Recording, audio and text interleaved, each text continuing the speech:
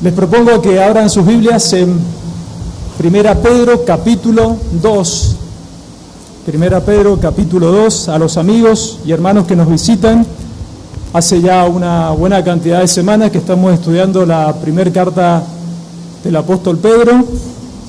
Y Leonardo terminó el domingo pasado con el primer capítulo y empezó con el segundo, gracias. Y hoy vamos a continuar con los versículos 4 al 8. Hoy vamos a considerar esos 5 versículos. Vamos a instalarnos una vez más en la mente de Pedro, en la mente de quien escribe y en la mente de a quienes va dirigida la carta, a los expatriados de la dispersión, de la diáspora, mayormente cristianos de extracción judía.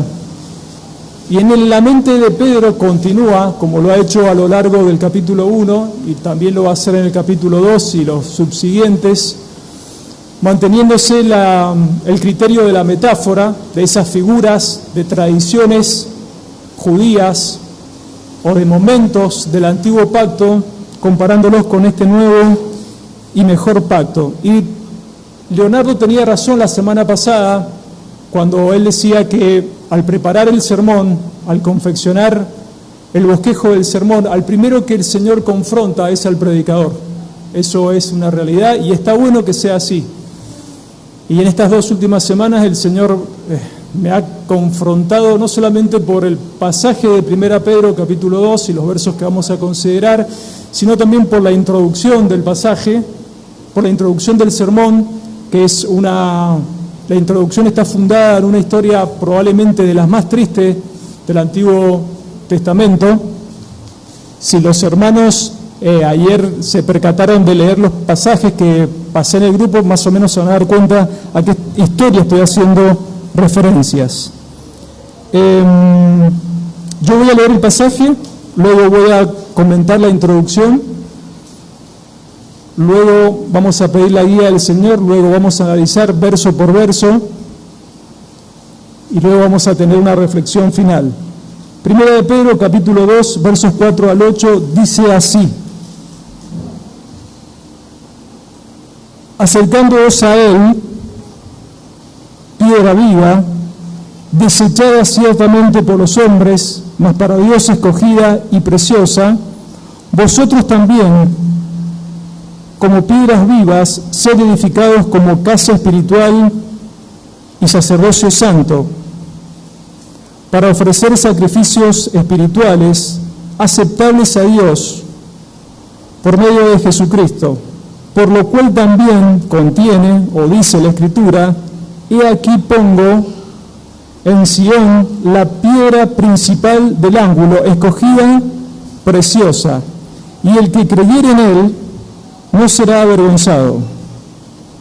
Verso 7: para vosotros, pues, los que creéis, él, esta piedra viva, el Señor Jesús, es precioso, pero para los que no creen, la piedra que los edificadores desecharon ha venido a ser cabeza del ángulo y piedra de tropiezo y roca que hace caer, porque tropiezan en la palabra, siendo desobedientes, a lo cual fueron también destinados. Oremos. Amado Padre, en esta mañana nosotros tenemos un corazón lleno de gratitud, como cada domingo, por esta libertad, Señor, que nos das de abrir tu palabra, de desear la leche espiritual no adulterada. En nuestros corazones está el deseo de que tu palabra, como esa sonda perfecta, obre en el ser interior de cada uno de los que estamos aquí. Te pedimos, Señor, que tu palabra penetre en lo más profundo, si hay algo, y seguramente lo hay, que corregir en nuestro carácter. Te pedimos que en esta mañana el Espíritu Santo obre, limpiándonos, convenciéndonos y llevándonos a realizar acciones que evidencien un deseo de santidad práctica. También te rogamos, Señor, si entre nosotros hay alguna persona o algún grupo de personas que todavía no ha abrazado la fe cristiana, que hoy en el criterio de tu santa voluntad, del Espíritu Santo, esté haciendo una obra de convicción de pecado para salvación eterna del alma. Pedimos tu dirección, tu providencia, tu protección, en el nombre santo y precioso de nuestro Señor y Salvador Jesús. Amén. Cuando el pueblo de Israel sale de Egipto hacia Canaán, ellos salen de una ciudad egipcia llamada Gosén. Todos conocen la historia, las plagas, las luchas, el tire y afloje que había entre el faraón y Moisés y su hermano Aarón, que era el que lo ayudaba, y en realidad el tire y afloje era con el Dios de Moisés, Jehová. Según los historiadores, Josefo, por ejemplo, y Google Maps también, ese éxodo, ese viaje de Gosén a Canaán, no tenía que durar más de 15 o 20 días. 15 o 20 días. Exagerando puede ser un mes, y si exageramos un poquito más por algunas cuestiones, no sé, del viaje, 6 meses, un año, siendo ya muy exagerados. Duró 40 años. De hecho, la generación que salió de Gosén no entró a la tierra prometida, no entró a Canaán. Los motivos: queja, idolatría, mucha queja, mucha idolatría, mucha prostitución con las costumbres de los pueblos paganos. Y eso también a nosotros nos deja una gran enseñanza. Sin alegorizar el texto, pero trazando un paralelismo, la iglesia muchas veces se queja y está dando vueltas siempre sobre el mismo lugar y no hay un progreso. Está jugando siempre con el mismo pecado. Ese pecado ustedes le pueden poner el nombre que quieran esta mañana: orgullo, desidia, negligencia, tal vez por salir a predicar el Evangelio, y estamos dando vuelta. Eso es lo que le pasó a Israel. Estuvieron dando vueltas prácticamente en el mismo lugar durante 40 años. Y las situaciones límites como estas, y como una que voy a mencionar más adelante, en la vida del creyente lo que hace es poner de manifiesto qué realmente hay en el corazón. Las situaciones límites desnudan nuestros corazones.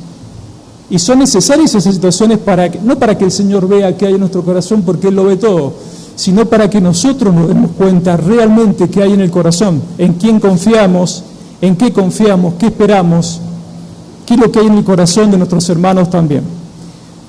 Y en un momento de ese éxodo, el pueblo, que eran aproximadamente un poco más de 500,000 de judíos, de hebreos que salen de Gosén, se queda así, sin agua.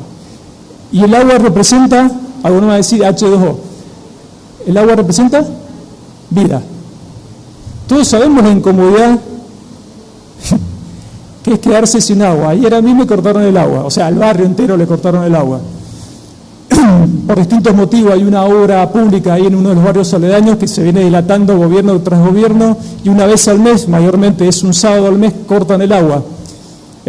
Y ahora viene menos presión del agua por el uso lógico, desmesurado que hay del agua por el calor, y nos quedamos literalmente sin agua. Uno casi siempre presupone que a la 1 o 2 de la mañana vuelve el agua, bueno, sube, se llena el tanque, pero no volvió el agua, venía apenas un chorrito por el surtidor de la calle que no alcanzaba a subir al tanque, que literalmente el agua no subía al tanque, no a este tanque, sino al tanque de mi casa. A este tanque a veces sube, a veces no, hoy sube.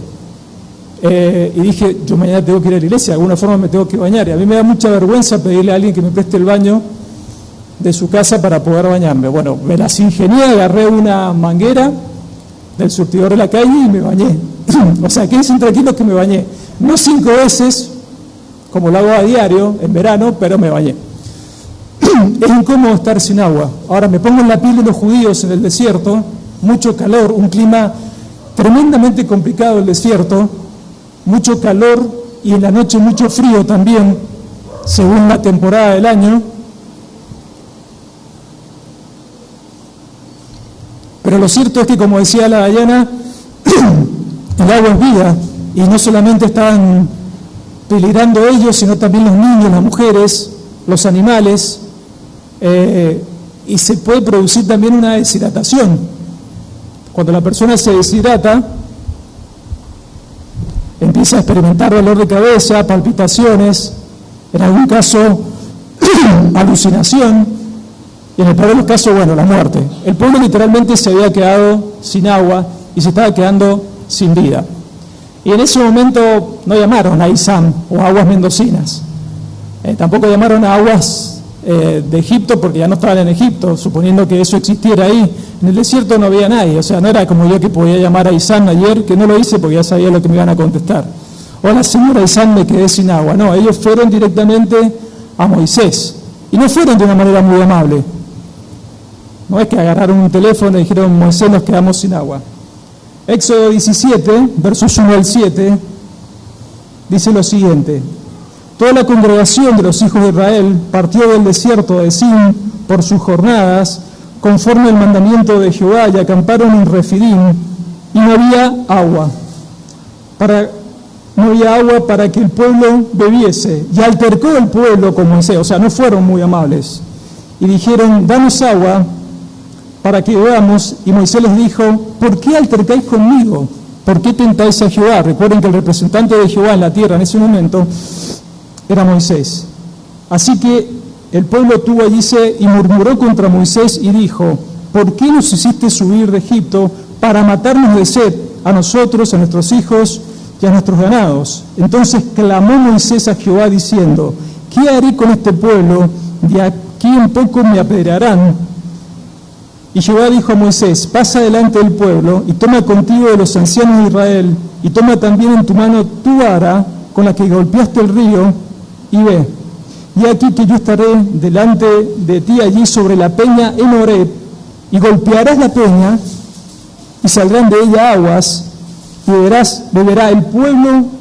Y Moisés lo hizo así en presencia de los ancianos de Israel. Verso 7, y llamó el nombre de aquel lugar Masat y Meriba, por la rencilla de los hijos de Israel, y porque tentaron a Jehová diciendo, ¿está pues Jehová entre nosotros o no? Y la verdad que Jehová estaba con ellos, la presencia de Jehová los acompañaba. Él los sacó de Egipto y la presencia seguía con ellos en el desierto. Pasaron los años, casi 40 años antes de entrar a la tierra prometida. Toda una generación de judíos muere en el desierto por el pecado, por la queja, por todo lo que ya sabemos, y se vuelven a quedar sin agua. La historia se repite. Números, capítulo 20, versos 1 al 12. La historia se repite. Llegaron los hijos de Israel, los nuevos hijos de Israel. Eran aproximadamente 600.000 los que habían salido de Gosén, y acá ya estaban llegando casi probablemente a los 3 millones. Esa fueron la cantidad más o menos, tal vez un poco más, de judíos que entraron a Canaán. Y llegaron los hijos de Israel, toda la congregación, al desierto de Sin, en el mes primero. Sin en inglés es pecado. En el mes primero, y acampó el pueblo en Cades, y allí murió María, la hermana de Moisés. No es un dato menor. Estaba de duelo Moisés, no es un dato menor. Y allí fue sepultada. Y porque no había agua, de vuelta, se estaban quedando sin vida, para la congregación se juntaron contra Moisés y Aarón. Los dos estaban de duelo. Y habló el pueblo contra Moisés, diciendo, ojalá hubiéramos muerto cuando perecieron nuestros hermanos delante de Jehová. O sea, esa generación de judíos que murió en el desierto. ¿Por qué hiciste venir la congregación de Jehová a este desierto para que muramos aquí nosotros y nuestras bestias? Casi, o sea, el mismo planteo, la misma queja de hace 40 y pico o menos años atrás. ¿Por qué nos has hecho subir de Egipto para traernos a este mal lugar? No es lugar de cementera, de higueras, de viña, ni de granadas, ni aún de agua para beber. Se fueron Moisés y Aarón delante de la congregación a la puerta del tabernáculo. Ya estaba el templo portátil, el tabernáculo de reunión, y se postraron sobre sus rostros, y la gloria de Jehová, la Shekinah de Jehová, la presencia de Jehová, apareció sobre ellos. Y habló Jehová a Moisés diciendo, toma la vara, la misma vara, y reúne a la congregación, tú y a Aarón tu hermano, y hablad a la peña a vista de ellos, y ella dará su agua. Y le sacarás aguas de la peña y darás de beber a la congregación y a sus bestias. Entonces Moisés tomó la vara de delante de Jehová, como él le mandó, y reunieron Moisés y Aarón a la congregación delante de la peña, y le dijo, oíd ahora rebelde. Estaba bastante enojado Moisés. O sea, era mucha la presión. Aguantar 600.000 judíos era una cosa, ya era complicado, casi 3 millones más complicado, a eso le sumamos que estaba pasando un duelo por la muerte de su hermana, ya el hombre estaba cansado. Entonces alzó Moisés su mano y golpeó la peña con su vara 2 veces, y salieron muchas aguas. Y bebió la congregación y sus bestias. Y Jehová dijo a Moisés y a Aarón: por cuanto no creísteis en mí para santificarme, o sea, para obedecerme, delante de los hijos de Israel, por tanto, no meteréis esta congregación en la tierra que les he dado. En otra palabra, Aarón y Moisés no entraron a la tierra prometida. Y alguno dirá, bueno, pero está bien, desobedeció porque a diferencia de la primera vez que tenía que golpear la roca con la vara, ahora tenía que hablarle y la golpeó. Si uno piensa, está bien, Moisés probablemente en ese momento de la historia era el ser humano que mejor se llevaba con Dios. Era un representante de Dios en la tierra, era un tipo de Cristo también, una sombra del Señor Jesucristo, de lo que iba a venir. Y alguno piensa, bueno, pero tenían una excelente relación Moisés con el Señor, ¿no habrá sido el Señor muy severo en el castigo? Está bien, pecó porque en lugar de hablarle le pegó. ¿Cuál fue realmente el pecado terrible que cometió Moisés? Está bien, en vez de hablarle le pegó, pero hay pecados mucho más terribles. Un hombre con tanta intimidad con el Señor. 1 Corintios 10:4 dice: y todos bebieron la misma bebida espiritual, porque bebían de la roca espiritual que los seguía, y la roca era Cristo. El Señor Jesucristo, como nos ha venido enseñando Leonardo y también Federico, solamente muere una vez. La primera vez en Horeb representa la muerte del Señor.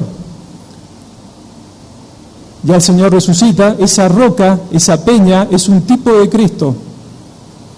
La segunda vez solamente había que hablarle, al verbo solamente había que hablarle, ya había muerto. El Señor Jesucristo no puede morir 2 veces. Ese era el terrible pecado de Moisés, por eso no entró a la tierra prometida. También cuando el Señor muere, cuando es crucificado, cuando ya ha muerto, el soldado romano, esto es a modo de información, atraviesa su costado con una lanza. Hay un shock hipervémico, no recuerdo, hipervémico, cuando el cuerpo pierde mucha sangre, mucho caudal de sangre, los riñones en una especie de defensa empiezan a acumular líquido en el cuerpo. Y ese líquido se traslada cuando la persona muere a la pleura, a la parte donde están el corazón y los pulmones. Cuando el soldado atraviesa el costado del Señor, de esa herida sale sangre, que es vida, pero también sale agua. De la roca sale agua, y la roca es Cristo. Bueno, esta roca es la que vamos a analizar en esta mañana, aparte de que me quedé sin agua, y pensando también en las pestes de Egipto, se me metió un sapo anoche en la casa. Creo que fuimos sapo hace 2 semanas atrás y mi sobrino, hay un sapo en la casa, entonces dije completito para el sermón de hoy. Está todo, el Señor en su providencia dispone de todo. El personaje central de toda la Biblia es el Señor Jesús. Eso es lo que está en la mente de Pedro. Él está tratando de instalar en la mente de sus escritores distintas expresiones del Antiguo Pacto, como vamos a ver ahora, algunas restricciones del Antiguo Pacto con algunos beneficios que nosotros tenemos en este nuevo pacto. Recordemos que Pedro significa eso, piedra, Petros, y para él tiene que haber sido un honor escribir acerca de esto. El Señor Jesucristo también de alguna forma une los 2 testamentos y está mostrando que este nuevo orden de cosas, el nuevo pacto, es mejor que el anterior. Pero nosotros también tenemos que ser conscientes de algo en esta mañana. Esta roca viva, a la cual vamos a analizar en esta mañana, el día que nosotros experimentamos el nuevo nacimiento y la conversión, le cedimos todos nuestros derechos. Esta roca viva es el dueño absoluto de cada uno de nosotros, y cuando el Señor, en el beneplácito de su voluntad, nos bendice con algo material, por ejemplo, ya sea un auto, una casa o una compañera, somos simplemente mayordomos. El Señor es el dueño de todo. absolutamente de todo. Desde el momento que nosotros depositamos nuestra fe en Él, le cedimos todos los derechos, por eso le decimos el Señor. Somos esclavos con privilegios del Señor, pero seguimos siendo esclavos. Y estaba pensando, yo nunca le pongo título a los sermones, pero por los privilegios que vamos a ver en esta mañana, le decía a los muchachos ayer, si pudiese ponerle un título sería la gravedad del pecado. Pero no la gravedad del pecado de aquellos que desechan a la piedra viva, ese ya es el más grave de todos los pecados porque para ellos ya tienen condenación eterna, como vamos a ver en el último versículo, sino la gravedad del pecado intencional y permisivo del pueblo de Dios, por nuestra nueva posición en Cristo, por lo que nosotros ahora somos en Cristo. Somos piedras vivas, como vamos a ver, somos santuario de Dios. Todos los creyentes que están acá son piedras vivas y están conformando un santuario, un templo de Dios. Somos un sacerdocio santo. Y ese sacerdocio no está solamente compuesto por los hombres. Está el sacerdocio de la familia, ya lo vamos a explicar, pero en el sacerdocio de la iglesia, tanto hombres como mujeres son sacerdotes. Está hablando de otro tipo de sacerdocio. Somos un sacrificio espiritual. O sea, hay una diferencia, un contraste muy marcado entre las restricciones del antiguo pacto, los beneficios, los privilegios de este nuevo pacto, pero el Señor Jehová sigue siendo el mismo. Aquello que le molestaba al Señor en el antiguo pacto también le molesta ahora, y probablemente el Antiguo Testamento, como dice Sproul, habla más del carácter de Dios que el Nuevo Testamento, pero las cosas que odiaba a Dios en el antiguo pacto las sigue odiando ahora. Que estemos en un pacto de gracia, nosotros no tenemos un carnet con licencia para hacer lo que se nos dé las ganas. El temor al Señor, como hablaba Fede hace un par de semanas atrás, debe ser nuestro estilo de vida. Y continúa Pedro con las metáforas, y en el verso 4 comienza diciendo, acercándoos a Él, o acérquense a Él, también sería una buena traducción. Pedro sigue conectando, hablando en metáforas, sabe que los que están leyendo la carta son personas que se familiarizan con ciertas expresiones, como vamos a ver ahora, del antiguo pacto, o de las tradiciones, o de edificios del antiguo pacto, y utiliza la misma expresión que nosotros usamos casi siempre en la reunión de oración en Hebreos 4:16. Por tanto, acerquémonos con confianza, otra traducción dice valentía, al trono de la gracia, para que recibamos misericordia y hallemos gracia para la ayuda oportuna. ¿Qué pasa? ¿Por qué empieza el verso 4 Pedro diciendo, acérquense? ¿No les llama la atención? Bueno, en el antiguo pacto no cualquiera y no siempre se podían acercar a la presencia del Señor. Éxodo 19, por ejemplo, todo el capítulo, no lo vamos a leer ahora, no se asusten, pero cuando Moisés y Aarón quieren hablar con Dios en el monte Sinaí, Dios le dice a Moisés y a Aarón que solamente ellos dos pueden subir al monte a hablar con él. El resto del pueblo ni siquiera se puede acercar a los límites que tenía el monte. De hecho, si transgredían esos límites o tocaban el monte, se morían. Fíjense la diferencia ahora en este pacto de gracia, porque en aquel momento el hombre sube al Sinaí, solamente dos, Moisés y Aarón, para hablar con Dios, con Jehová. En este nuevo pacto, Dios hecho hombre, en la persona de Cristo, sube a un monte, el sermón del monte, para hablar con los hombres. Hay una gran diferencia, una sustancial diferencia. No cualquiera en el antiguo pacto podía acercarse al Señor. Pero Pedro dice, acérquense. Otro ejemplo, por ejemplo, valga la redundancia, es el día de la expiación o el día del perdón, o como se conoce en hebreo, el Yom Kippur. No cualquiera podía entrar al lugar santísimo. No podía ser un sacerdote cualquiera. Para ser sacerdote tenías que pertenecer a una tribu determinada y a una familia determinada de esa tribu. Tenías que ser de la tribu de Leví, de la familia de Aarón, y no todos de la tribu de Leví y de la familia de Aarón eran sacerdotes. Pero en el lugar santísimo, en el día del perdón, solamente entraba el sumo sacerdote. No quiero decir con esto que el resto del pueblo no podía tener una relación íntima con el Señor. Sí podían orar, podían clamar a Él y podían amarlo y un montón de cosas más. Pero a la presencia del Señor, tal como entramos nosotros cada día en oración, solamente podía hacerlo el sumo sacerdote y una vez al año. Hay una gran diferencia entre aquel pacto, entre aquel antiguo pacto y lo que nosotros vivimos ahora a partir de la encarnación del Verbo, a partir de la obra de nuestro Señor. Piedra viva, y acá empieza ya con expresiones raras, porque uno cuando escucha la palabra piedra, bueno, no está viva, es un objeto inerte que en sí no tiene vida, que puede llegar a servir para algunas cosas. En este caso no era cualquier clase de piedra, no era una piedra para matar de un ondazo al sapo, por ejemplo, que se me metió ayer en el baño. Era una piedra para construcción, y habían 3 clases de piedra. Son bastante graciosos los nombres: basalto negro, limolita amarilla y piedra blanca. Eran piedras cinceladas, eran piedras trabajadas, o sea, la sacaban de la cantera o del lugar que fuese la roca, había que trabajarla, había que cincelarla para que fuese apta para la construcción. Bueno, el Señor Jesucristo es comparado con una piedra trabajada y cincelada. El cincel, en otros pasajes de la Biblia, y también en esta carta, habla de la obediencia, habla de la prueba que el Señor ejerce o el ensayo que el Señor ejerce sobre sus hijos para santificación. El Señor aprendió la obediencia. No es que Él venía desobediente desde el cielo y tuvo que aprender a obedecer lo que antes desobedecía. No, lo que quiere decir es que Él experimentó obediencia como ser humano, pero una obediencia o una justicia 100% perfecta. Bueno, si no fuese 100% perfecta no sería justicia. Él fue cincelado. En la práctica, Él vivió una obediencia perfecta. Si el Señor, lo hemos dicho un montón de veces, hubiese cometido un pecado chiquitito, una mentira pequeñita, no habría salvación. Todavía estaremos esperando a algún otro Mesías, alguien que cumpliese esas cualidades. Él estaba cincelado, estaba apto para ser una piedra para construcción. Ese cincel, esa obediencia perfecta, lo convierte en una piedra firme, estable, apta para la construcción.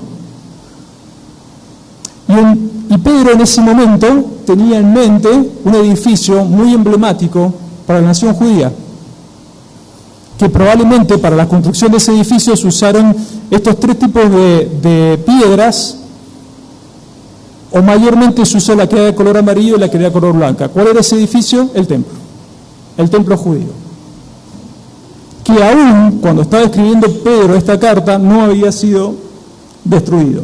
Cristo es comparado con una piedra viva que tiene vida porque es el autor de la vida. O sea, es muy extraño y una expresión rara escuchar piedra viva o sacrificio vivo, o como hemos escuchado la semana pasada, leche espiritual. Nosotros conocemos la leche de vaca, el que ha ordeñado. Yo nunca he ordeñado en mi vida, voy directamente, le robo un sachet de leche a mi hermana en el negocio y hago un licuado. Pero es leche líquida, la puedo tocar, es tangible. Pero hay raras expresiones y en esta mañana es igual. Entonces esta piedra tiene vida, porque es el autor de la vida física y la vida espiritual. Ya hemos hecho este ejercicio un montón de veces, pero si ustedes se tocan acá o acá y sienten el pulso, y espero que lo sientan esta mañana por más que haga calor, porque si no lo sienten estamos en problemas, el autor de cada uno de esos pulsos o de todo el sistema del corazón y demás es el Señor. De hecho, ese pulso debería decir Jesús. Jesús es el autor de la vida. Él es el autor de eterna salvación y Él tiene poder sobre la muerte. Él es la vida y también es la resurrección. El Señor venció la muerte por 3 motivos sustanciales que nosotros los debemos conocer a rajatabla, y más si dentro de poco vamos a salir a evangelizar. Él venció la muerte, primero porque es Dios, segundo porque es el autor de la vida, pero tercero por algo muy interesante que está relacionado con el lugar santísimo. El sacrificio de Cristo satisfizo las demandas del Padre. Ustedes saben muy bien que si el sumo sacerdote no hacía bien toda la ceremonia, entrar al lugar santísimo, se había hecho, él tenía que hacer sacrificio primero por sus propios pecados y después por los del pueblo. Si en alguna de las ceremonias fallaba o pifiaba, como dice el Fede, entraba al lugar santísimo y moría. El Señor resucitó porque su sacrificio agradó al Padre, sacrificio todo, en absoluto. Él es el autor de la vida, tiene vida y además comunica vida, por eso es una piedra viva. Autor de eterna salvación. Y esa vida que otorga el Señor, ¿cómo es? En abundancia. Es una vida abundante. Aún en esta vida, de este lado de la cruz, la vida cristiana, con todas sus penas, con todas sus situaciones, es una vida abundante. Dice el texto, desechada ciertamente por los hombres. Cuando había que construir un edificio, en este caso el templo, habían dos clases de obreros, los que elegían las piedras, los que las cincelaban y los que después la volvían a elegir. Mayormente el que la elegía era el tipo que construía, supongamos el albañil de esa época, el Lucas Palacios, el que lo conoce sabe, de esa época. Entonces, la piedra tenía que tener simetría, tenía que estar bien trabajada, la superficie de sus caras tenían que estar bien planas para que la construcción fuese lineal, fuese simétrica. Si esto no sucedía, los edificadores la desechaban, agarraban esto, la tiraban y buscaban otra y la tiraban. Ese es el sentido de desechar. En el sentido práctico no está mal, es como que yo agarro un ladrillo ahora para construir una pieza, si el ladrillo no viene bien, no está bien, yo sé que va a fallar, lo desecho y busco otro. Desechada ciertamente para los hombres. Los hombres desechaban. Y a esta piedra viva, que es el Señor Jesús, también lo desechan. Lo continúan desechando. Hay seres humanos que no encuentran simetría en la persona de Cristo, no encuentran atractivo en Él. No encaja el Señor Jesucristo en la comodidad de sus vidas, por eso lo desechan. No me interesa a mí esta piedra porque no encaja en mis intereses. Juan capítulo 1, versos 10 al 11, dice, en el mundo estaba y el mundo por Él fue hecho, pero el mundo no le conoció, a los suyos vino y los suyos no le recibieron. También desecharon a Cristo cuando eligieron a Barrabás en lugar de Él. Y lo siguen desechando ahora, hoy en día. Ayer, por ejemplo, en Buenos Aires, no sé si en alguna parte de acá en Mendoza también hubo una marcha pro gay. Ahí estaban desechando al Señor. Y cuando alguien se levanta defendiendo el aborto, también están desechando al Señor.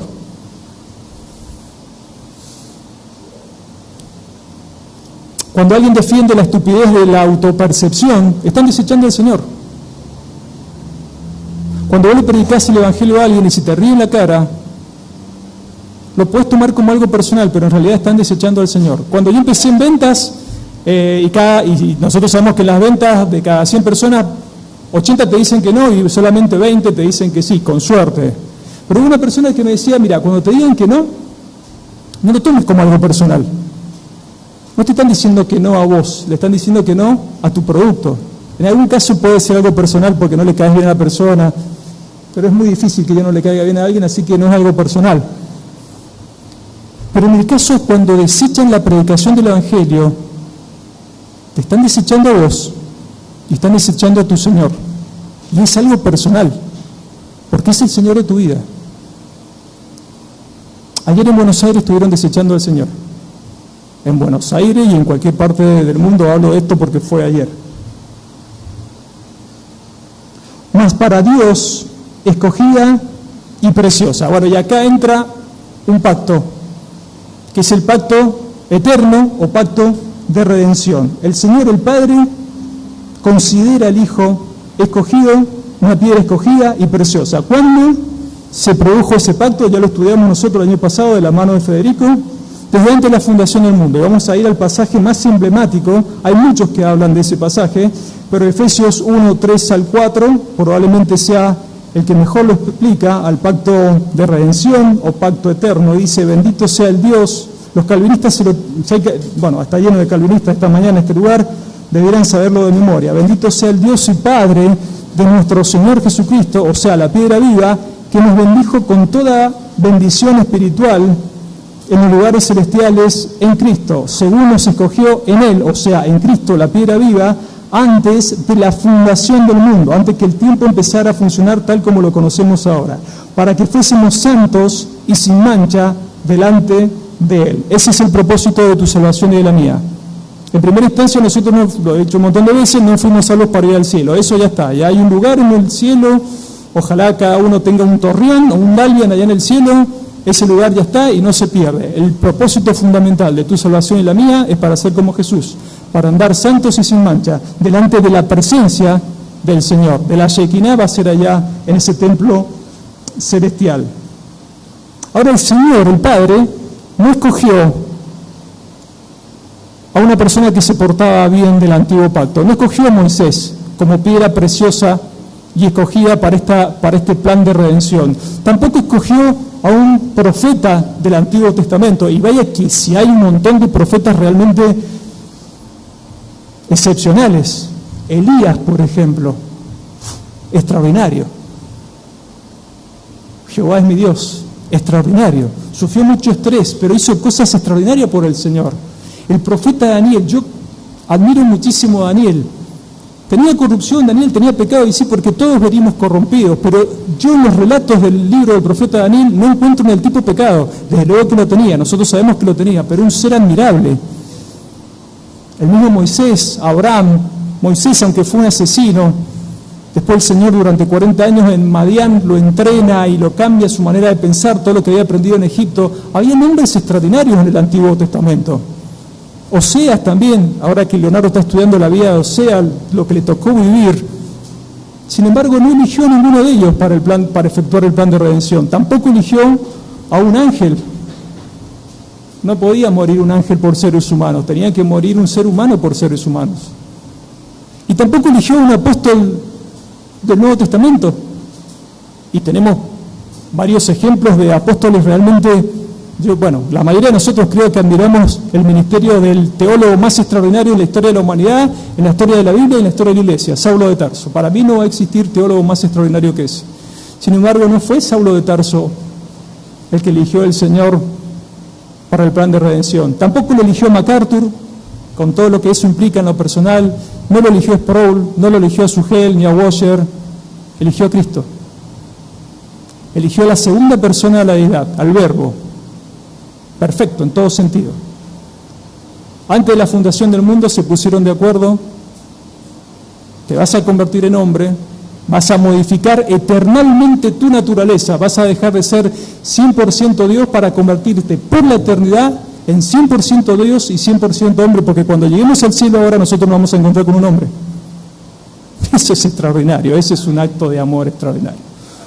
Bueno, a ese eligió el Señor, el Padre, para este pacto de redención.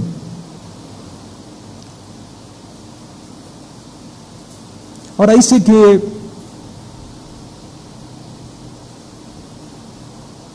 era preciosa, o sea, muy caro, de un precio muy alto. Y ahí viene la palabra preciosa, precio muy alto.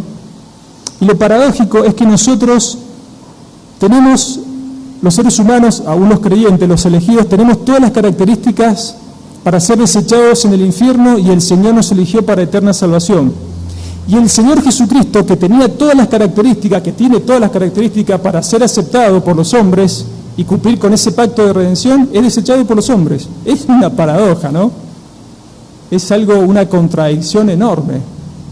Y el Señor sabía que el hombre iba a caer en el Edén.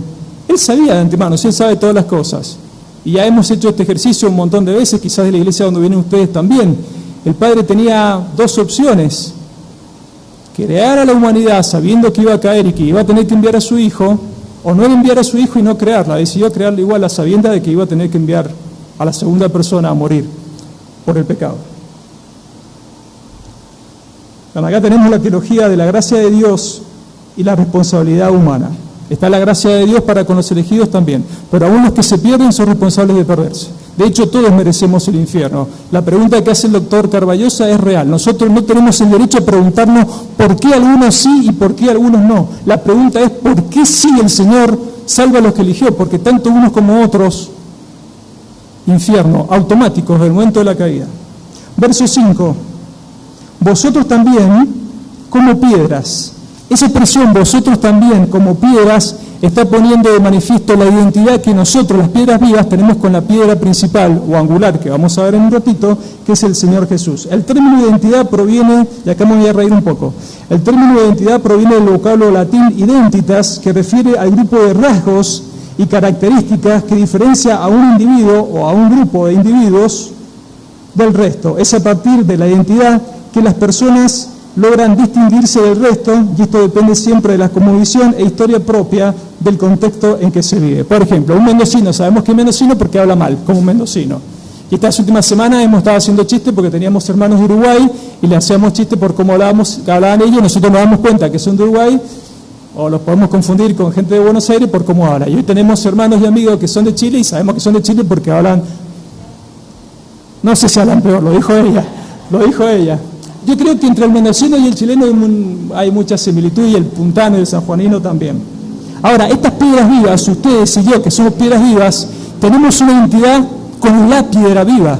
Nos identificamos, y lo viene mostrando el apóstol del primer capítulo de los primeros versículos. Las piedras vivas que tienen una identidad con el Señor tienen vida porque les ha dado la piedra viva vida, pero son elegidas. Lo vimos en los primeros capítulos. Después, por ejemplo, Federico dijo que son herederas, y si somos herederos con el Hijo, somos coherederos con Él.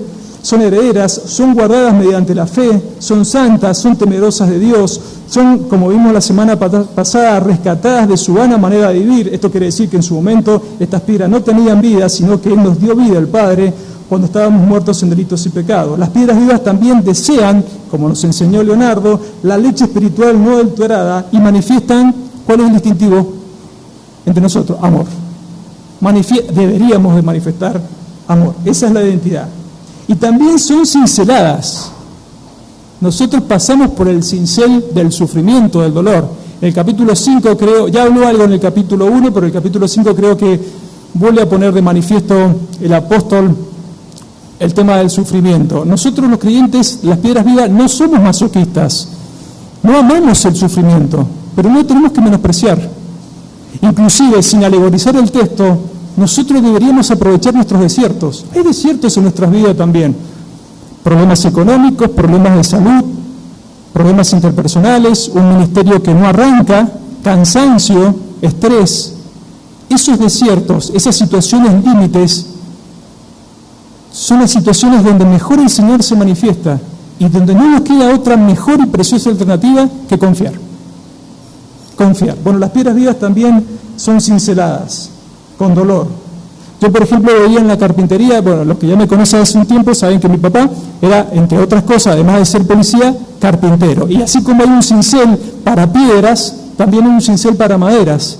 Y no es porque era mi papá, porque, era mi papá, era el mejor papá del mundo, pero era muy buen carpintero, y era el mejor carpintero del mundo también. Y cuando yo veía que él cincelaba, porque habían trabajos que él tenía que hacer, donde había que cincelar la madera, darle cierta forma, era un artista, era muy bueno mi papá en eso, una pena que no lo conocieran. Yo pensaba, digo, ¿a la madera le dolerá? ¿Sentirá dolor la madera? Y un día, yo era chico, qué sé yo, 15 años, han pasado 39 años, y un día le pregunté, ¿le duele eso a la madera? Y mi papá me miraba, es madera, no tiene vida, no le duele. Pero a nosotros sí, el cincel a nosotros nos va a doler. Repito, no somos masoquistas, no tenemos que desear el dolor, pero hay que aprovechar el dolor que el Señor en su sabiduría nos propina, porque Él sabe que necesitamos transformar. Bueno, las piedras vivas también son cinceladas y tienen identidad con Cristo. Y más allá de que cada uno tenga objetivos en la vida, y en cuanto a la identidad, no sé, la mayoría de los hombres que estamos acá, nos gustaría, o de chicos, nos hubiese gustado ser como algún determinado jugador de fútbol. No voy a nombrar ninguno, no quiero herir a su sutilidad de los que no son hinchas del más grande, pero o también me hubiese gustado ser como algún músico conocido, o algún predicador conocido, o algún político. Bueno, acá en la Argentina es muy difícil que nos guste ser como algún político, y decimos, a mí me hubiese gustado ser como. Pero en este nuevo orden de cosas, de la gracia, nuestro mayor deseo debe ser Cristo. La piedra angular, la piedra viva, debe ser lo que nos deslumbra a nosotros. Nada para nosotros debe ser más extraordinario que el Señor. ¿Encontrás en esta mañana seducción en la persona de Cristo, en su carácter, en su forma de hablar, en su forma de responder? Y hay un mandamiento que nos identifica a los creyentes directamente con el carácter de Cristo. Aprendan de mí, que soy manso y humilde de corazón. Extraordinario. El Señor era eso. Se anonadó a sí mismo, dejó la comodidad del cielo, del templo celestial, de eso que vemos en Isaías capítulo 6, se hizo hombre, experimentó todas las miserias, todas las situaciones feas de la humanidad, a excepción del pecado, por amor a cada uno de los elegidos. Es ahí está el ejemplo supremo de humildad. Ahí está nuestra identidad. Y también el amor, como vimos la semana pasada. Aprendan de mí que soy manso y humilde de corazón. ¿Con quién se encuentra la gente en la calle o en la vida cuando se encuentra contigo? ¿Qué sabe la gente de vos? ¿Por qué te conoce la gente? ¿Por tu profesión? ¿Por tus gustos políticos? ¿Por tus gustos deportivos? ¿O te conoce por Cristo? Cuando la gente en la vida se encuentra con vos, ¿se encuentra literalmente con una parte de Cristo? Porque cristiano significa eso, pequeños Cristos. Y cada vez que vos recibís a un cristiano en tu casa, tenés que entender que por más defectos que tenga ese creyente, estás recibiendo una parte del Señor. ¿Con quién se encuentra la gente cuando se encuentra contigo? ¿Por quién te conoce más la gente? La gente te conoce más porque sos un cristiano, por tu forma de hablar, por tu forma de expresarte, por tu forma de resolver conflictos, o porque sos hincha de, o alentás a tal partido político, o te gusta tal o cual estilo musical. ¿Cuál es tu identidad? ¿Por quién o por qué te conoce la gente? Edificados como casa espiritual, otra expresión rara, porque uno cuando se imagina una casa, imagina un edificio tangible que se puede tocar, con ventanas, con un lugar para hacer necesidades, con un tanque con agua, con mucha agua, con cocina, con habitaciones, con un lugar para poder estudiar la palabra del Señor, con un lugar para comer. Pero acá está diciendo casa espiritual.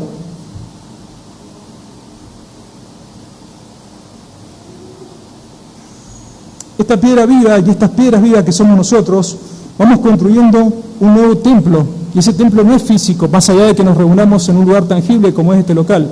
Es un templo espiritual. Vamos construyendo un nuevo templo y sabemos nosotros muy bien que por definición templo es todo lugar donde habita la presencia del Señor. El primer templo, por ejemplo, aparte del cielo, fue el huerto del Edén. Ese era un templo. Después que el hombre cae, lo expulsa del templo, pone ángeles alrededor para que no entren. Él los expulsó de la gloria de la presencia del Señor. El cielo es un templo, no hecho de manos, y ahora el santuario, el templo del Señor, está acá. Estas piedras vivas que estamos acá, no cascotes, sino piedras vivas, que quede bien claro, estamos conformando un santuario espiritual. Nosotros somos parte del santuario espiritual, somos un santuario espiritual local, por así decirlo, que se une a la iglesia universal, al santuario universal de todas las piedras vivas de todo el mundo, de toda la historia. Y eso implica mucha responsabilidad. Dios mora ahora en su iglesia y no en edificios construidos por hombre. Y habla también, en este capítulo, en este versículo, de un sacerdocio santo. En aquel edificio, en el templo de los judíos, había un servicio sacerdotal. Solamente para el servicio, solamente los sacerdotes podían ingresar. Y ya dijimos que para ser sacerdote tenías que pertenecer a una tribu determinada y a una familia determinada, la familia de Aarón. Y el trabajo era terrible, más allá que el sumo sacerdote solamente una vez al año tenía que entrar al lugar santísimo, pero durante todo el año y toda la semana, en el patio o en el atrio de los sacerdotes había trabajo, todo el tiempo. Era un trabajo muy agobiante, era una verdadera carnicería. Se separaban por turnos diarios y por turnos mensuales también, según las familias y demás. Eso habla de servicio. Ahora, está diciendo Pedro que nosotros somos un sacerdocio santo. Y a diferencia de aquellos sacerdotes que solamente eran hombres, y como dije recién, tenían que pertenecer a tal o cual determinada tribu o familia, todas las piedras vivas, hombres y mujeres en este lugar, son sacerdotes. Y si son sacerdotes, tienen que ofrecer un sacrificio y tienen que servir. No solamente habla de servicio, sino también que habla de sacrificio.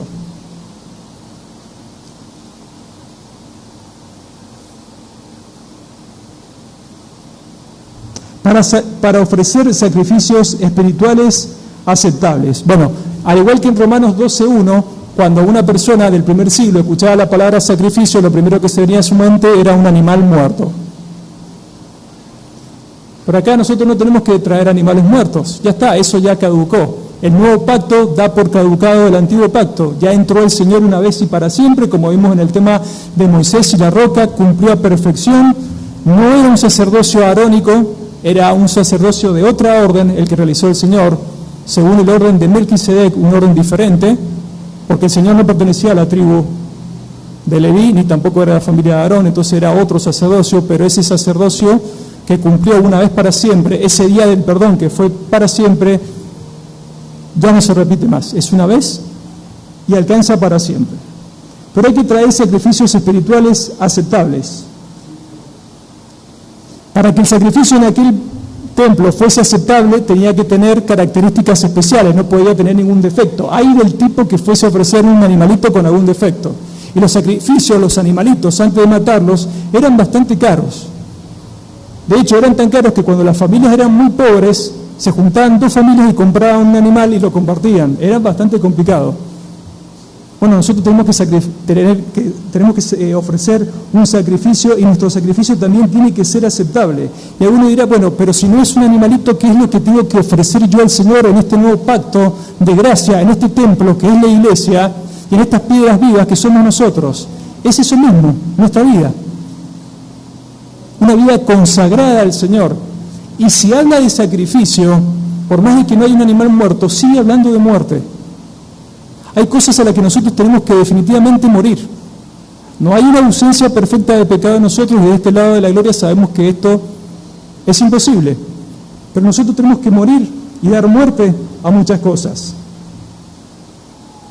Una vida y carácter consagrado, lo que vivimos en este cuerpo, eso solo es posible en Cristo.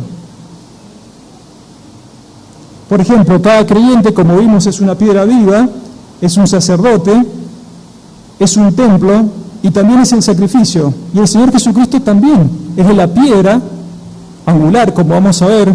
Él es el templo. Recuerden cuando Él dijo, voy a destruir este templo y lo voy a reconstruir en 3 días, estaba haciendo referencia a su cuerpo, a su templo.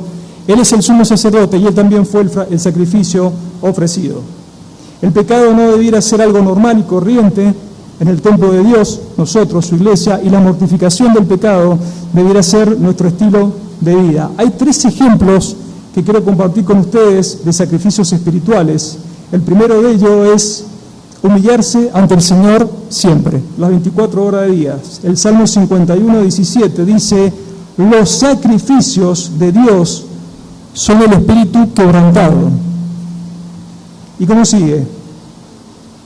Al corazón contrito y humillado no despreciarás tú, oh Dios. Nosotros nos identificamos con ese mandamiento del Señor, aprendan de mí que soy manso y humilde de corazón. Y lo hablamos siempre con el Leonardo, aún dentro y fuera de la iglesia. Lo mejor que podemos hacer nosotros, o lo mejor que nos puede pasar, es que el Señor nos humille.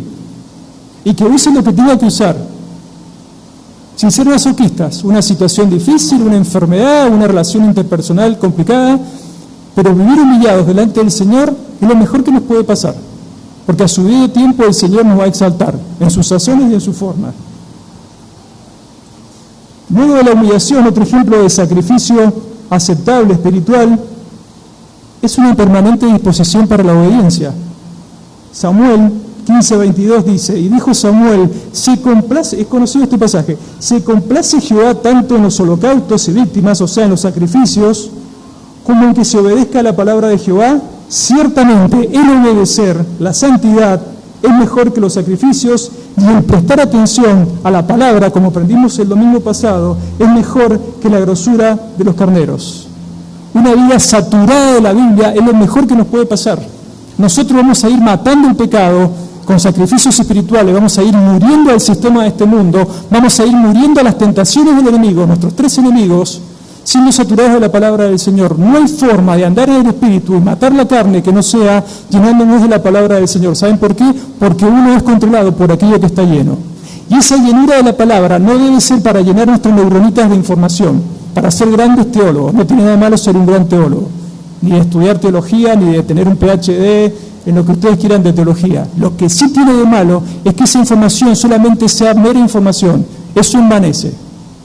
Esa información que yo absorbo a través de la palabra del Señor debe evidenciarse en mi vida práctica. Yo debo morir al mundo, debo huir del enemigo, y tengo que matar al peor de todos, esa bomba de tiempo que llevo dentro mío, que es la carne, todos los días. Y el tercer sacrificio espiritual es gratitud al Señor, sea cual sea tu situación.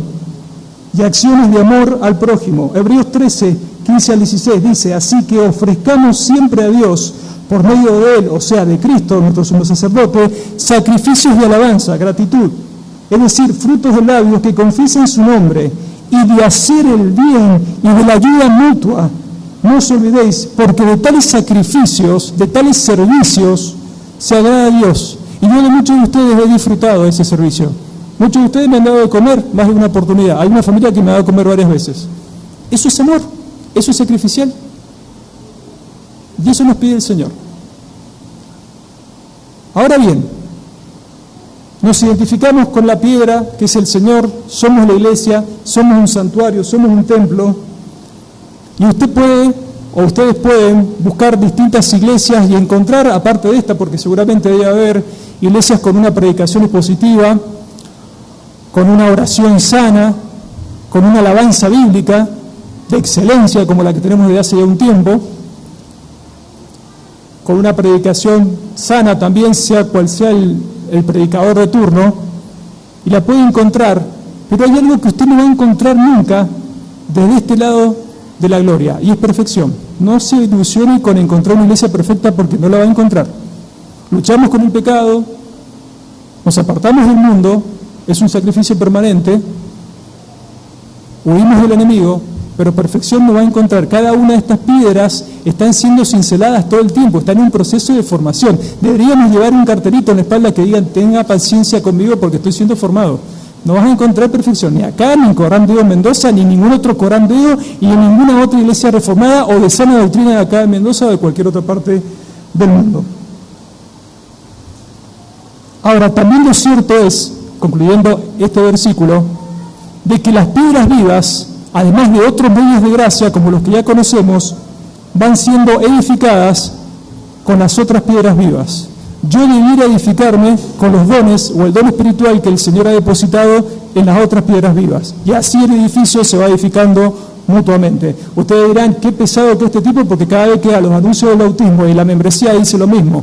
Pero la realidad es esa, que cada uno de los hermanos que van a pasar por las aguas del bautismo, o los que ya son miembros de esta iglesia y van a participar del curso de membresía, ya deberían estar orando, buscando con la ayuda del Espíritu Santo cuál es el don, porque por lo menos uno ha depositado, o los dones, para ejercerlos, para ir desarrollándolos, para ir entrenando, como el gimnasio, para que el músculo del don crezca y para poder ejercerlo, para la edificación mutua.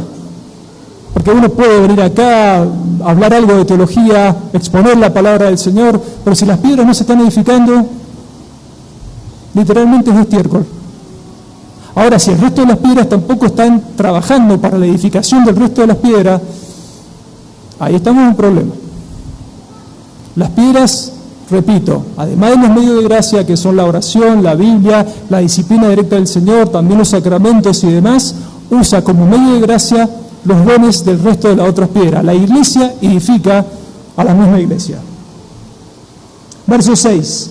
Por lo cual también, y ahora voy más rápido, contiene la Escritura, y está haciendo referencia a un pasaje del Antiguo Testamento, Isaías 28, 16, he aquí pongo en Sión. Originalmente Sión era una tierra de un país, de una nación pagana que estaba en Canaán, los jebuseos, fue una tierra que conquistó el rey David, de ahí fundó Jerusalén. Sión significa todo, significa Jerusalén, los habitantes de Jerusalén, el monte del templo, que es el monte Moría, ahora lo vamos a ver, el templo y la presencia del Señor.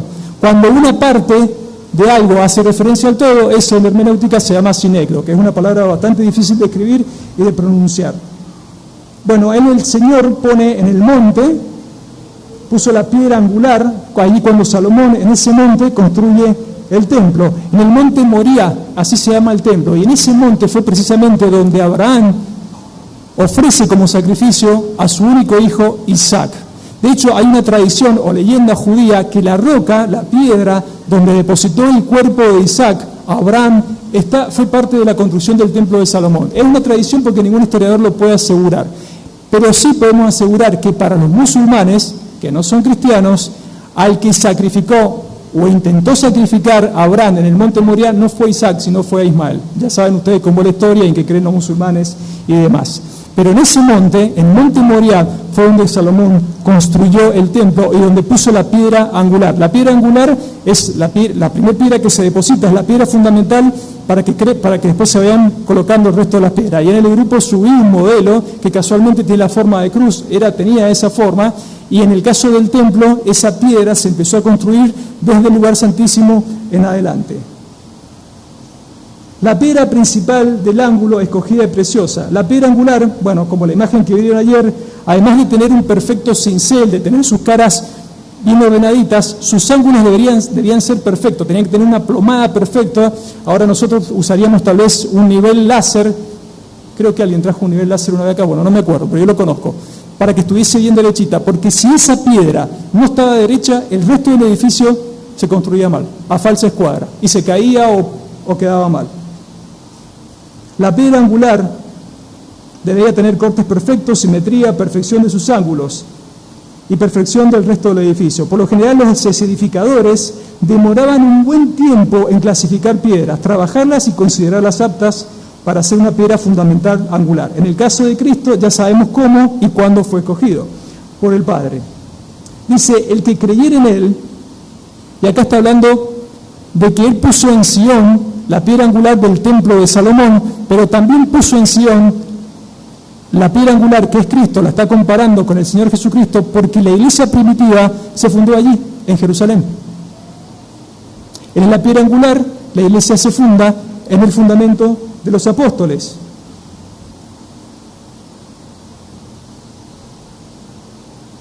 La iglesia primitiva, continuando con el paralelismo de la metáfora, fue fundada en Jerusalén. La piedra angular es Cristo y el cimiento es el ministerio apostólico. Efesios capítulo 2, 20 al 22 dice, edificado sobre el fundamento de los apóstoles y profetas, siendo la principal piedra del ángulo Jesucristo mismo, con quien todo el edificio, bien coordinado, va creciendo para ser un templo santo en el Señor, en quien vosotros también sois juntamente edificados, para morada de Dios en el Espíritu. Cada creyente que está acá es una morada del Espíritu Santo, es un tabernáculo, un templo portátil del Espíritu Santo, y todas las piedras juntas somos un santuario del Señor.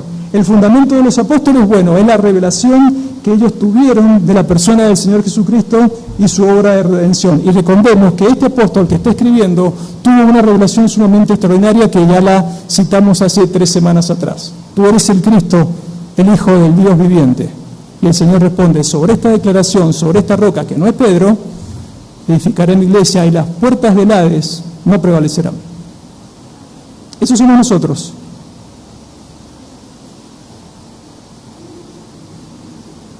Dice que en él creyere no será avergonzado. La palabra original es defraudado.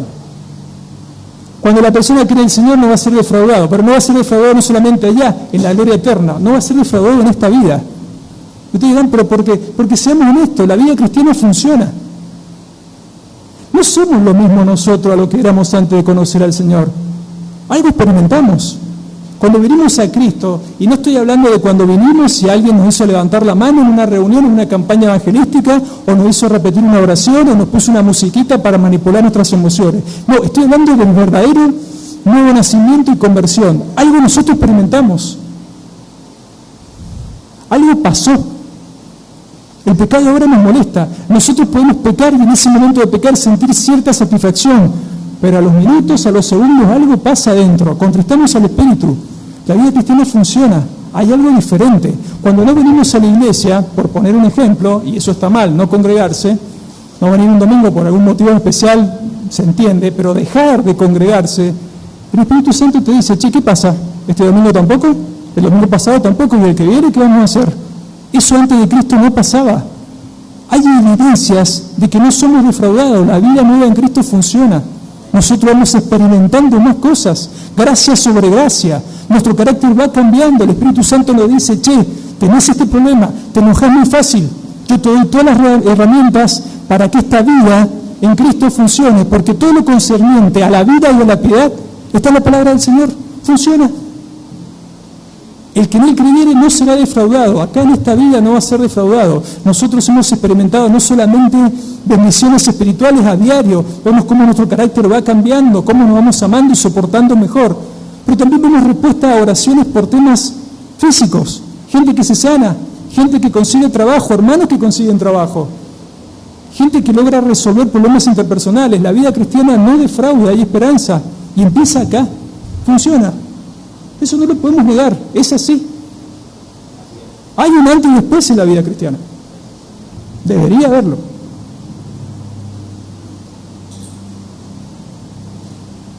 El que cree en mí, como dice la Escritura, de su interior correrán ríos de agua viva. Dios no defrauda, y en la vida eterna, en la vida venidera, habrá una eterna bienaventuranza, el cielo. Verso 7.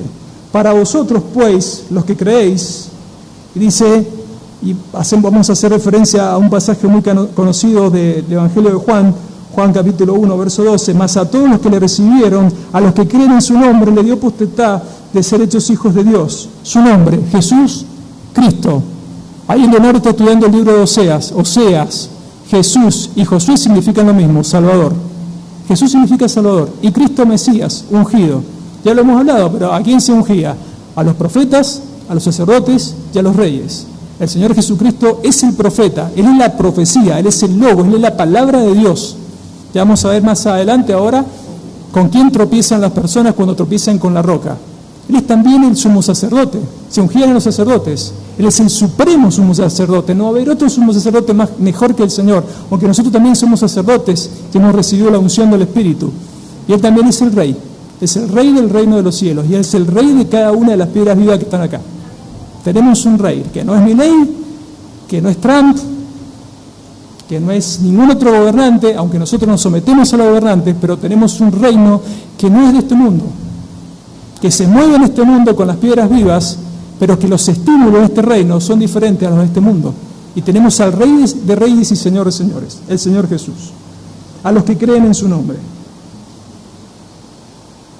Ha venido a ser la cabeza del ángulo, es decir, ese Cristo al que el mundo ha rechazado y continúa rechazando, Dios lo ha puesto como la piedra angular fundamental de este edificio espiritual que es la iglesia, todos los que estamos acá. Y ese filtro que nosotros vimos que los edificadores hacen en las piedras que van eligiendo, el Señor también experimentó ese filtro.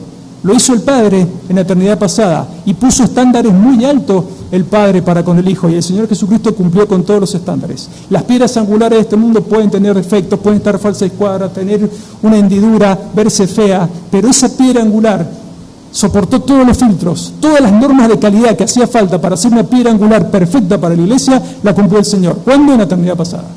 Y lo demostró acá, en una vida perfecta sin pecado, una muerte expiatoria y en una resurrección extraordinaria, por ser el autor de la vida.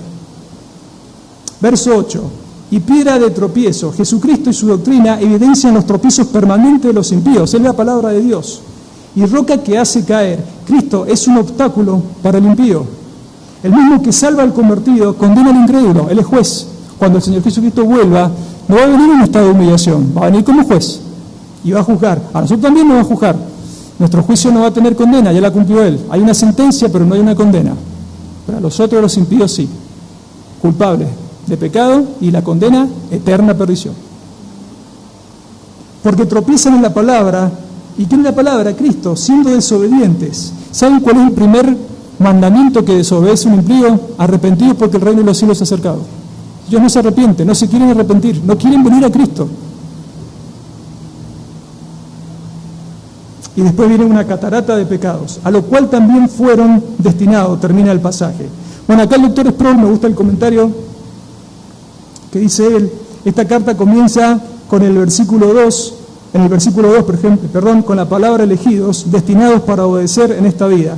Pero cuando hace referencia acá el apóstol Pedro al destino de los impíos, no está hablando, según Sproul, de una doble elección o una doble predestinación, sino que está hablando del destino eterno de aquellos que desprecian en esta vida o que desechan en esta vida al Señor Jesucristo. Porque la gente que desecha al Señor, como decíamos más temprano, no encuentran un atractivo en Él. Ellos más bien, y no estoy haciendo referencia a ninguna serie de ningún streaming, pues no veo ninguna y no me interesa, pero ellos buscan más bien un Jesucristo de Hollywood, ¿no? Un Jesucristo que se amolde a sus pecados o a sus caprichos, un Jesucristo que te haga así, como un amigo mío que cuando va en la ruta encuentra a alguien que es así y él también le hace así. Ellos buscan así, un Jesucristo así que te diga, bueno, un poquito de pornografía no pasa nada, un poquito de mentir a tu jefe no pasa nada, yo después pedirle perdón no es el Jesucristo de la Biblia. Es atractivo para ellos, pero el Jesucristo verdadero, el bíblico, ellos los están desechando. Ahora sí, para terminar, les invito a que todos busquen, como una reflexión final, una parábola que está en el libro de Mateo, capítulo 7, recontra conocida, versos 24 al 27. Ya con esto terminamos. Mateo, capítulo 7, versos 24 al 27. En el relato de estos versículos que hemos estudiado, el apóstol hablado de edificadores, haciendo referencia a los que edificaban el templo o cualquier otra construcción, comparándolo con nosotros, las piedras vivas. Y lo cierto es que cualquier ser humano, de los que estamos acá, creyentes o no creyentes, estamos edificando permanentemente algo. Estamos edificando nuestra vida. Todo el tiempo estamos edificando. Y dice Mateo capítulo 7, verso 24 al 27. Cualquiera pues que me oye estas palabras, o sea, la doctrina del Señor Jesús, porque el que habla es Jesús, y las hace, o sea, las pone en práctica, le compararé a un hombre prudente, o sea, sabio, que edificó su casa sobre la roca. Descendió lluvia, y vinieron ríos, y soplaron vientos, y golpearon contra aquella casa, y no cayó, porque estaba fundada sobre la roca. Verso 26, y aquí viene el contraste, la antinomia, la antítesis. Pero cualquiera que me oye estas palabras, o sea, mi doctrina, mi enseñanza, y no las hace, le compararé a un hombre insensato que edificó su casa sobre la arena. Y descendió lluvia, y vinieron ríos, y soplaron vientos, y vieron con ímpetu contra aquella casa, y se cayó, y fue grande su ruina, La pregunta en esta mañana para terminar es, ¿sobre qué fundamento estás edificando tu vida? Y voy a poner algunos ejemplos. ¿Estás edificando tu vida sobre el fundamento de tu familia? La familia es algo extraordinario. Desde mi punto de vista, y soy bíblico, creo, el matrimonio, después de la relación con el Señor, es lo más importante que hay. Pero el matrimonio, y estoy hablando del matrimonio cristiano, sigue estando formado por dos pecadores. Y en esa convivencia hay muchas desilusiones, hay muchas idas y vueltas. Cuidado con poner al esposo o a la esposa como fundamento de vida o como un ídolo en tu vida. Eso es arena movediza. Alguno dirá, bueno, yo pongo como fundamento de mi vida a mis hijos. La pareja, la esposa es más importante que los hijos. Ese es el orden bíblico. Y en algún momento los hijos van a crecer y se van a ir. ¿Y qué vas a hacer con ese fundamento? No van a estar.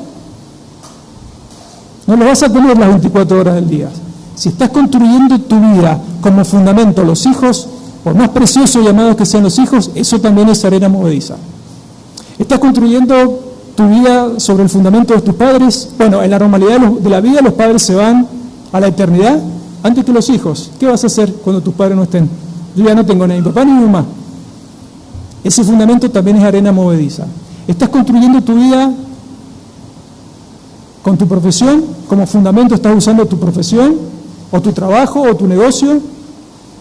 He conocido un montón de personas profesionales que han perdido la matrícula por ejercer, por ejemplo, una mala praxis o algún error. Conozco un arquitecto que no puede ejercer más la arquitectura. Los negocios quiebran, los mercados suben y bajan. Si eso es el fundamento de tu vida, es arena movediza. Pero voy a ir más lejos todavía y voy a tocar la fibra íntima de todos los que estamos acá. ¿Estás construyendo tu vida como fundamento un ministerio? Esa probablemente sea de todas la arena más movediza. Porque un ministerio tarda muchísimo en afianzarse, porque en el camino hay mucha ingratitud, hay muchos momentos de lloro, porque no siempre y no todos se pueden comprometer, porque el compromiso no es de la forma que uno quisiera, porque uno en el camino se tiene que ir preparando, tiene que sufrir, tiene que ser cincelado, como fue 40 años en Madián, Moisés, tiene que humillarse, tiene que pasar muchos sinsabores en el ministerio. Y el ministerio tampoco es eterno, porque las personas que ejercen el ministerio también se mueren. Entonces, si vas a colocar como fundamento de vida tu ministerio, eso también es arena movediza. Si el fundamento de tu vida es tu familia, tu matrimonio, tus hijos, tu carrera, tu aspecto físico ni hablar, porque la ley de la gravedad es terrible, lo que hace con el cuerpo, por más que uses un montón de cremas y hagas un montón de ejercicio, tarde o temprano se deteriora. Todo eso es arena movediza. Van a venir las pruebas de la vida, van a venir las tempestades, van a venir las inundaciones y tu vida se va a desmoronar y la ruina va a ser muchísima. Y si el fundamento no fue Cristo, el destino eterno es el infierno. ¿Sobre qué, sobre quién y cómo estás construyendo tu vida hoy? En cambio, sí, vos estás construyendo tu vida sobre una roca angular, fuerte, estable, que no es un yenga espiritual, es una roca firme, estable. Y sobre esa roca estás construyendo tu matrimonio, tus relaciones interpersonales, tu carrera, tu ministerio, aún el cuidado de tu cuerpo. Dice la Escritura que van a venir tempestades, van a venir pruebas, y las pruebas van a venir en la vida cristiana, pero por haber construido en la roca, y esa roca es Cristo, esa casa no se va a caer.